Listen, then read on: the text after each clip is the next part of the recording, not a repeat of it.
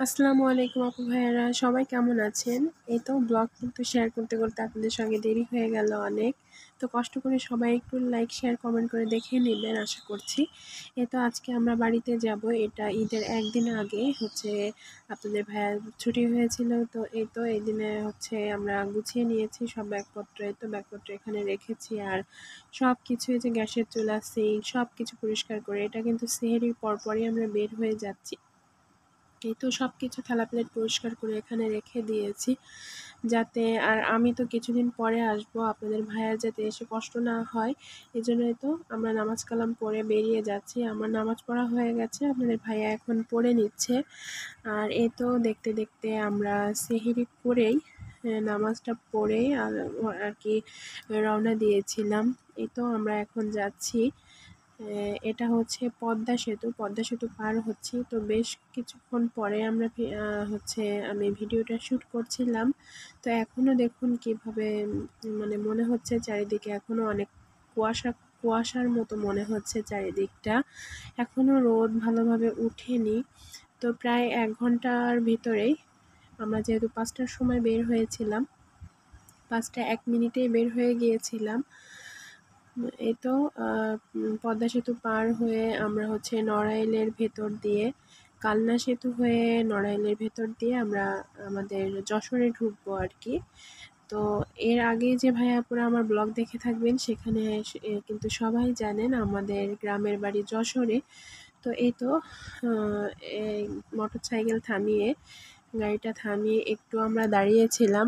আর বাবুর জন্য একটু ভাত, ও যেহেতু অনেক সকালে উঠিয়ে নিয়ে এসেছি, ওকে ক্ষুধা লাগবে, এজন্য ওর জন্য একটু ভাত একটু মাংস নিয়ে এসেছিলাম।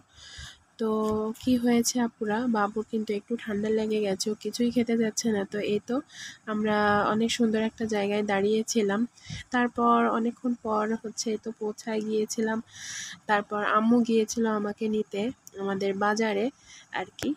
তো এই তো আপনাদের ভাইয়া চলে গেছে হচ্ছে আমাকে নামিয়ে দিয়ে আহ, তার বাবার বাড়ি, আর আমি যাচ্ছি আমার বাবার বাড়ি। দুইজন আর কি দুই জায়গায় এবার ঈদ করবো ভাবছি, কারণ অনেক বছর হয় বিয়ের পর থেকে আসলে আব্বু আম্মুর সাথে বিয়ের পর একবার ঈদ করা হয়েছে, রোজার ঈদ, তারপর একবারও হয়নি। তো এবার আমার ভাগ্যটা আসলে অনেক ভালো। এই তো দেখতে দেখতে বাড়িতেও চলে এসেছি। ওই যে দেখতে পাচ্ছেন ওইটা আমার ছোট্ট ভাই।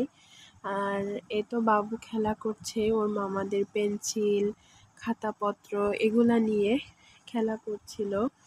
আর এই তো ওর মামারা পতাকা, ফুল, পাখি এগুলো এঁকে এঁকে দিচ্ছিল, আর ও ওটাতে রং পেন্সিল দিয়ে একটু রং করে করে দিচ্ছিল।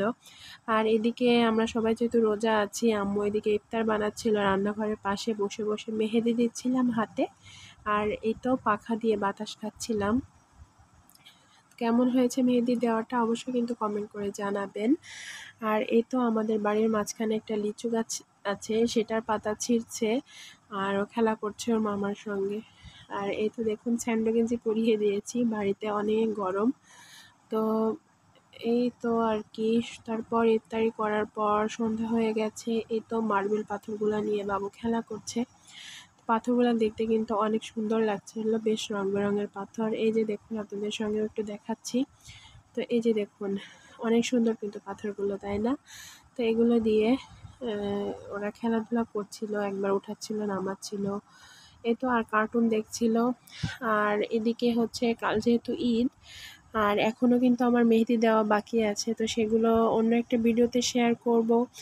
আর এদিকে আমাদের গ্রামে হচ্ছে গরু জবাই করা হয়েছিল, সেটার মাংস আমার আব্বু নিয়ে এসেছে। এখানে প্রায় ৬ কেজি মতো মাংস আছে। তো সেটাই আম্মু পরিষ্কার করে নিচ্ছে। আজকের মতো এ পর্যন্তই। আল্লাহ হাফেজ।